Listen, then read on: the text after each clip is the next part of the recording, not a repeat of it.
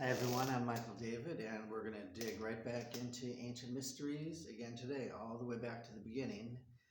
And early times, Egypt is really important to study the mystery schools and what they were doing and teaching. The pharaohs and the priests had a lot of secret initiations at that time, and they were presenting themselves as demigods or custodial beings over human beings at that time. It's interesting they wore aprons, and that's connection evidence that it may be strongly connected to the Masons that wear aprons to this day. So the Akhenaten was one of the Egyptian leaders who started to say we don't want all these different demigods being worshipped. We just want to combine it into one custodial being. But they still were not talking about the God of the universe. They were talking about one of their custodial beings. So Akhenaten was one of the ones who tried to simplify it. And if you look at the Egyptian deities like Ra or Osiris or many of them, they were often depicted as half bird, like a bird head, and half human. The Anunnaki may have been wearing masks when they were out in public or wished to be depicted that way. We have some idea of what the Anunnaki looked like because there are very old statues left behind. They were tall, 9, 10, 11 feet tall, very tall compared next to humans. And they had larger eyes, larger saucer-like eyes that would stare at you. And they often had long beards, like white or red hair, and just long hair. And they were human-like, but there were differences. And you can look at old pictograms or statues and see the differences. And it's pretty fascinating. So in Ezekiel 1, there's an interesting description of one of these custodial beings coming down. And they talk about shiny wheels and a fiery combustion, maybe some type of engine, and some kind of craft flying around in the sky. This could be a metaphor, or it could be an ancient description of a flying craft. You just have to read Ezekiel 1 for yourself, but it's definitely a fascinating passage in the Bible.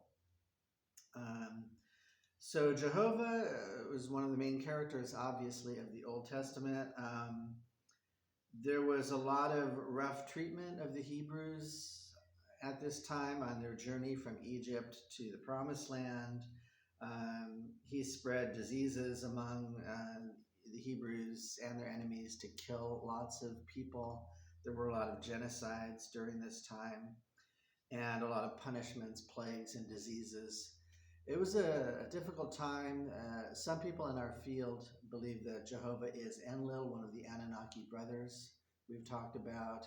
And once again, that the real true God is above it all, up in the universe. And Jehovah is more of a custodial being at that time, managing Earth. And remember, this goes back to real estate and a gold mining operation. And he was more of a warlord. His brother Enki was more helpful, a benevolent teacher. So it's an interesting theory. It's interesting because Moses appears to be an intermediary, a humanitarian, trying to soften up things and not kill so many people, wipe out entire cities, and try to be a mediator, a peacemaker of sorts. And so the Canaanites were also wiped out and destroyed. And that's interesting because the commandments, the first commandment given to Moses was thou shalt not kill. But then there is all of this genocide and killing all around them at the time.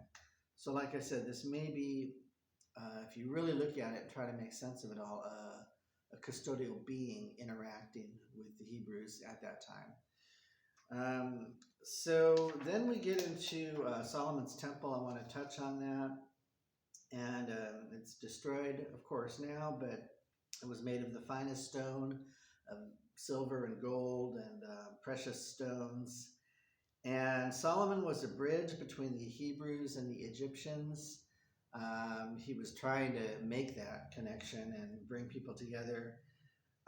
It was interesting because the main deity he allowed to be worshipped at Solomon's temple was Jehovah, but he also allowed worship of some of the other local custodial beings like Baal, spelled Baal. So there was still this mixture and blending going on. Are we worshiping many different demigods or deities, or just one main one? There was transition going on in that period. And this is before Jesus, and you can see why Jesus needed to come to earth and present a much more direct and practical spiritual plan for human beings, and remove the Egyptians had a complicated system of mummification, and only the special VIPs could really engage in this process, and you had to be mummified in this exact procedure, which was very complicated, in a way to preserve your soul and all of that. And that was all removed by Christianity when Jesus talked about a much more direct path to God and spirituality. But they had very complex beliefs. And the Egyptian Book of the Dead is another source you may want to read. And it talks about this divine boat traveling in the sky with all the deities and the initiations of the mystery schools. And there were craftsmen and guildsmen working with the Egyptians during that time as well. So those are sort of the roots and the basis of mystery schools and secret societies. And it's a heavy topic. You could dig into it, and I'm just giving you some sources where you can do your own research. So now we're going to lighten up, and I want to do a topic for now, for today, and it's about meditation. I know a lot of you, it's difficult to just sit still and go Om and block everything out and meditate. We live in a fast-paced society. A lot of us don't have the attention span. So what I do and what you can do is called active meditation. And that means you're doing something, but it's something easy. It's an easy task. So your conscious mind can focus on it, like gardening.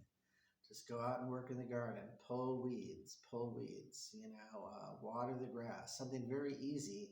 Your conscious mind can then focus on that, and you're walking around.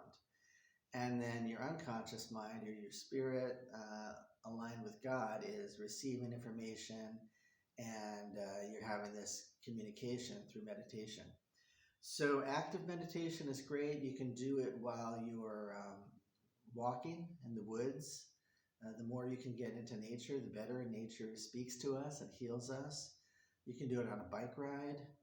You can walk along the beach with the waves crashing. You can do a puzzle. You can do an art project, like painting or something. Repetitive things are good, tasks, anything that is simple, keeps your conscious mind engaged. Taking a shower in the morning, that early morning period is a great time to collect your thoughts, process your thoughts, and go into a type of meditation. So I wanted to leave you with that tool and tip. And like I said, I'm kind of blending in the deeper ancient historical and ancient alien theory, talking about that, and some modern things that we can do now on the metaphysical path to make our lives better. Thanks a lot. Bye-bye.